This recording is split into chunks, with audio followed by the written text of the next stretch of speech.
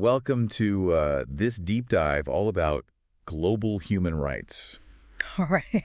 We're going to be looking at the Human Rights Watch World Report 2024, and it covers a ton. It does. But we're here to help you make sense of it all. Absolutely. To give you the key takeaways about freedom and dignity around the world. Yeah, and I think what's really fascinating is how it goes beyond just listing violations. It actually helps us see the bigger picture, the global trends that impact everyone. You always see the headlines about elections and protests and all these kinds of things happening. And I don't know if you noticed this, but I saw this concept of a global squeeze on rights in this report. Yeah.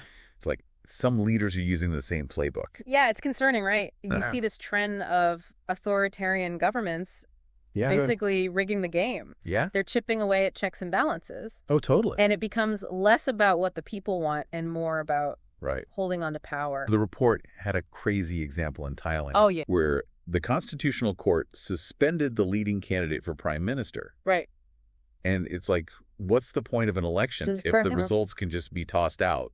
Yeah, it sends a message, right? Like, don't even bother trying to challenge us. Totally. It's like they're trying to scare people into silence. It's a chilling effect, and it's not just Thailand. The report also mentions Bangladesh, where a ton of opposition figures were arrested before the 2024 election. Wow. I mean, that basically shuts down any real opposition. It makes you wonder if democracy is becoming more show than substance these days. It's a worrying trend for sure, but the report isn't all bad news. Right. It also shows how powerful collective action and legal frameworks can be. Yeah, like a good example is Brazil's Supreme Court upholding indigenous land rights. Oh, that's huge. That's a major victory, not just for the communities, but for the environment too. It is. It recognizes that indigenous people are vital to protecting their lands, and that their knowledge is essential for addressing climate change. Totally. It's a great example of how the legal system can be used to protect human rights and the planet. So we've got this global overview, a squeeze on rights in some places, but also hope and progress in others. Right. So let's zoom in on some specific regions. Okay, that's good. The report goes deep into each region, and it's fascinating how diverse the situations are, starting close to home in the Americas. Okay. You've been following Lula's return to power in Brazil pretty closely, right? I have. What did you think about that January 6th style attack on government buildings right after he took office? I mean, it was a shock. Yeah. It shows how divided Brazil is and how fragile democratic transitions can be. So even when a leader wins fair and square, they still face huge pushback. It happens a lot. And then there's the issue of police violence in Brazil. Oh, right. They have one of the highest rates of police killings in the world, according to this report. Yeah, it's a big problem, and it mostly affects marginalized communities. It makes you think about who the justice system is really working for. It does. But there is some positive news in Brazil when it comes to women's rights. Oh, yeah, for sure. They passed measures to make sure specialized police stations for women are open 24/7. And they guaranteed equal pay for equal work. That's progress. So that's good news. How about Canada? Canada. I mean, we tend to think of Canada as a leader in human rights. Yeah. But the report highlights some problems, especially for Indigenous communities. One of the biggest issues is the lack of funding for Indigenous police forces. Right. And that's a symptom of systemic discrimination. It really is. And it raises questions about safety in those communities. Absolutely. And what about those Canadians still stuck in Syrian camps? Oh, right. Yeah, the report mentioned that. What stood out to you about that situation? Well, Canada brought back some women and children. Right. But they're refusing to bring back the men. Oh, wow. And that raises questions about fairness and how the law is applied. For sure. Plus, it's a complicated issue figuring out what to do with people who might have been involved in conflict zones. Right. It's a balancing act between security and human rights. It is, and the report also touches on Canadian companies working overseas. Yeah. There are concerns about their accountability, especially those in mining and industries linked to human rights abuses.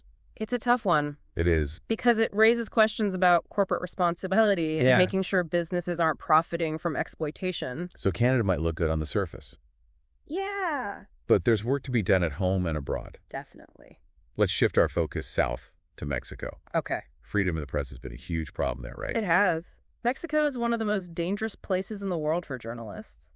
They face threats, violence, even death. Wow. And it often goes unpunished.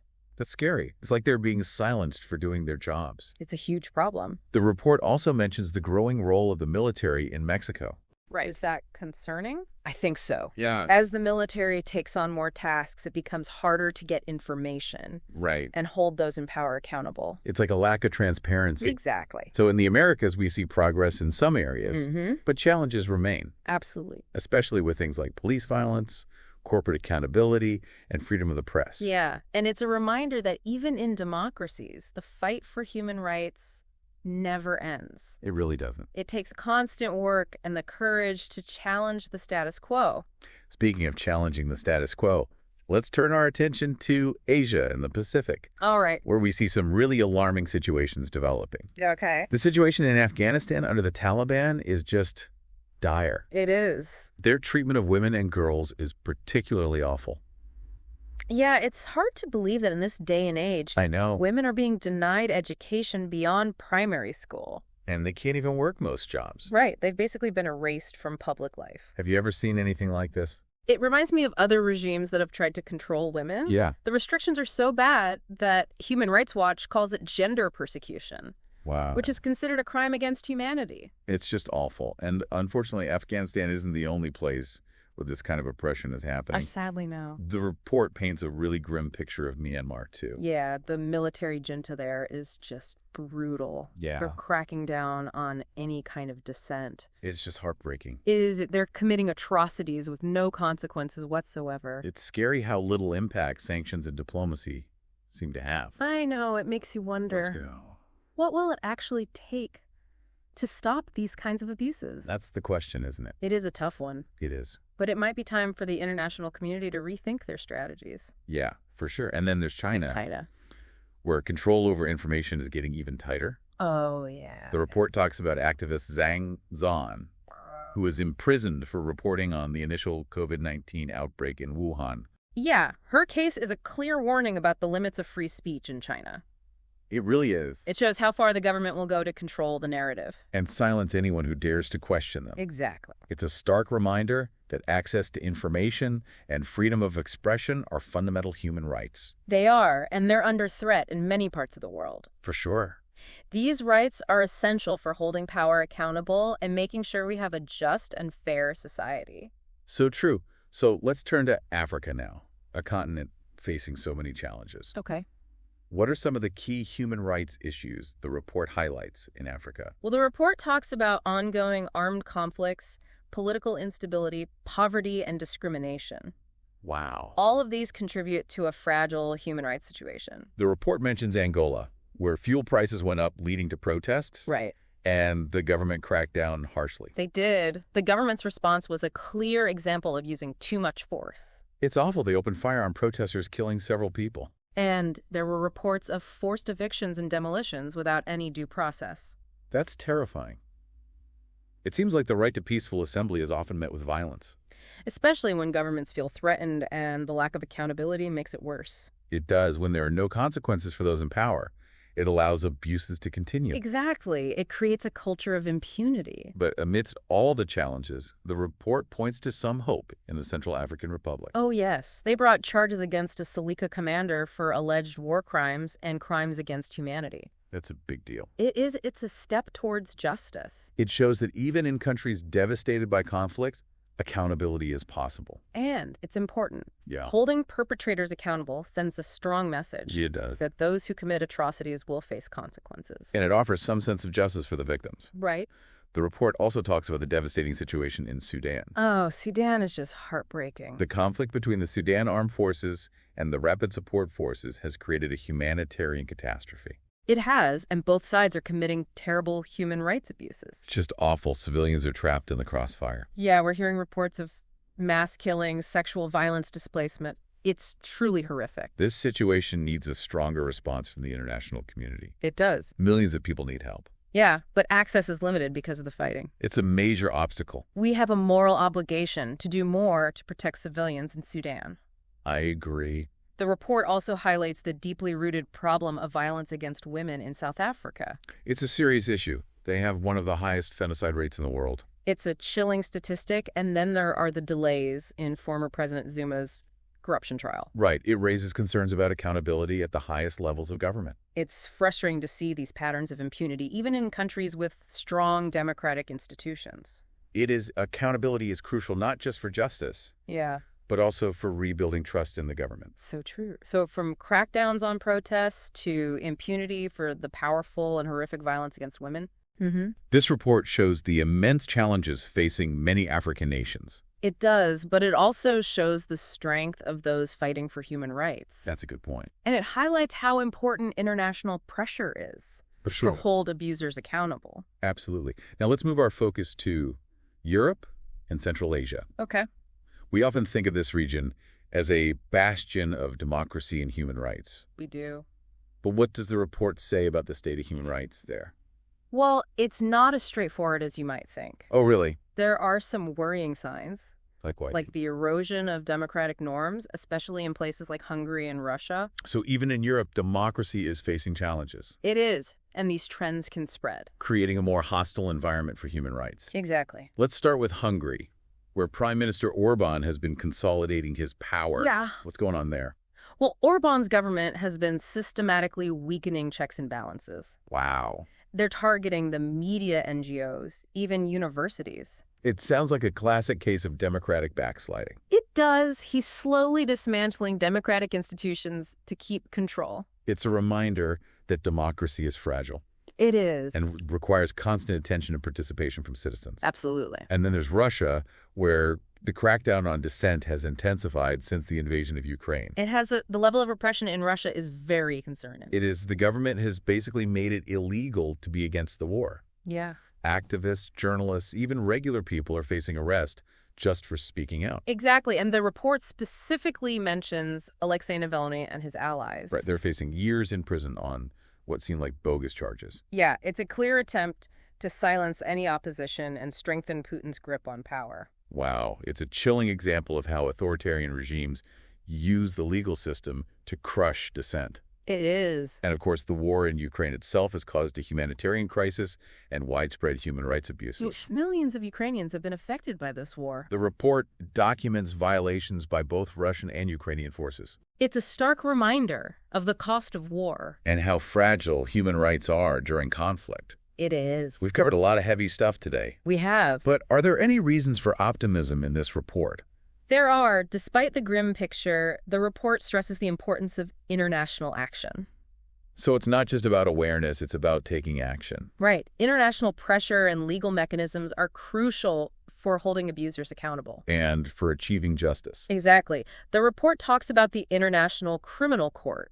Oh, right. Which is looking into possible crimes against humanity in Venezuela and Sudan. Those investigations send a strong signal that perpetrators will be held responsible. No matter how long it takes. That's good to hear. Yeah. And the UN Human Rights Council is taking action, too. Right. Like establishing a fact-finding mission for Sudan. Yes. These international bodies play a crucial role. They do. They document abuses, advocate for victims, and push for accountability.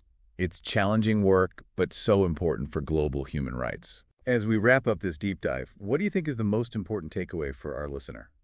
That's a good question. I think the key message is that the global human rights situation is always changing. Yeah. There are worrying trends, but there are also inspiring examples of progress. For sure. What gives you hope in the face of all these challenges?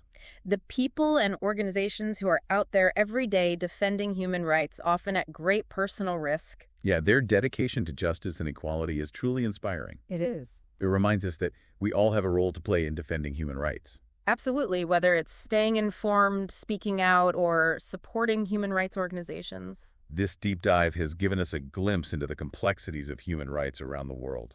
If you want to learn more, I encourage you to check out the full Human Rights Watch World Report 2024 online. It's full of insights and firsthand accounts that give you a deeper understanding of the human rights movement. I think everyone should read it. Thank you for joining us on this deep dive. It was my pleasure. Until next time, stay curious and keep fighting for a more just and equitable world for all. I'll see you then.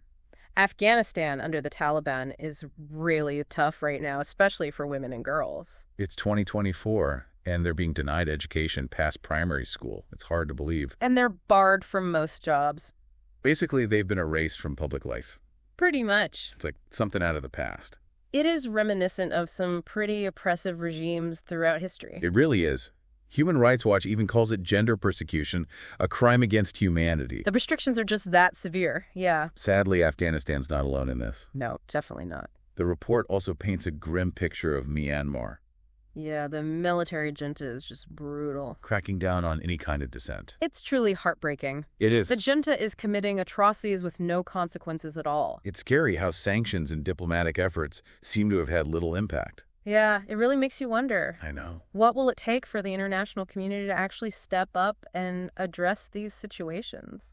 Yeah, what can be done when human rights are being so blatantly violated? It's a big question. Yeah. I mean, it's complicated. Well, sure. There's definitely a need for more coordinated actions, Right. stronger ways to enforce things. Yeah. Maybe even rethinking the tools that are currently being used to address these abuses. Then you have China, Oh, yeah. where control over information is getting even tighter. Mm-hmm. The report highlights the case of activist Zhang Zhan. I remember that. She was imprisoned for reporting on the initial COVID-19 outbreak in Wuhan. Right? That sends a really chilling message about freedom of speech in China. It does. It shows how far the government is willing to go Yeah. to control the narrative and silence anyone who questions them. And access to information and freedom of expression are basic human rights. Absolutely. But they're under threat in many parts of the world. They are. They're essential for holding power accountable and creating a just and fair society. Speaking of facing challenges, let's turn our attention to Africa. The report talks about a lot of different issues happening there. It does. It highlights the struggles with armed conflicts, Yeah, political instability, poverty, and discrimination. it's a lot to deal with. It is. It makes for a very fragile human rights landscape. The report mentions Angola, where rising fuel prices led to protests and then a harsh crackdown by the government. Right.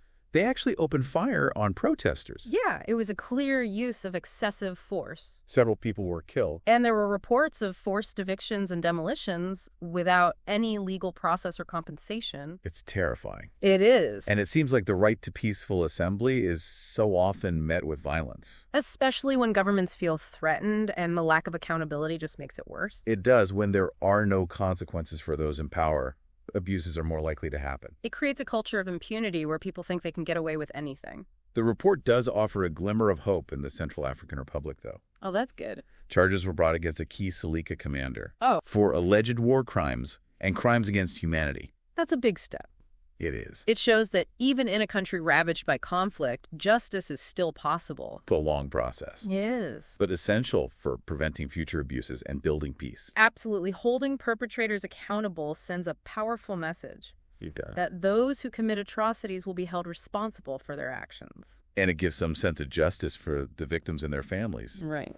The report also covers the devastating situation in Sudan. Sudan is just a humanitarian catastrophe right now. It is the conflict between the Sudan Armed Forces and the Rapid Support Forces has created so much suffering. And both sides are committing horrible human rights abuses. It's just unimaginable the scale of human suffering happening there. Yeah, and civilians are caught in the crossfire. The reports of mass killings, sexual violence, and displacement are just horrifying. It's truly a nightmare. It's a situation that demands a much stronger response from the international community. It does. Millions of people are in desperate need of aid, but access is limited because of the fighting. I know, it's a major challenge. We have a moral obligation to do more. I agree. We can't just stand by and watch this happen. The report also sheds light on the problem of violence against women in South Africa. Right. They have one of the highest femicide rates in the world. It's a chilling statistic. It is. And then there are the delays in former President Zuma's corruption trial. Yeah, which raises questions about accountability at the highest levels of government. It's frustrating to see these patterns of impunity persisting.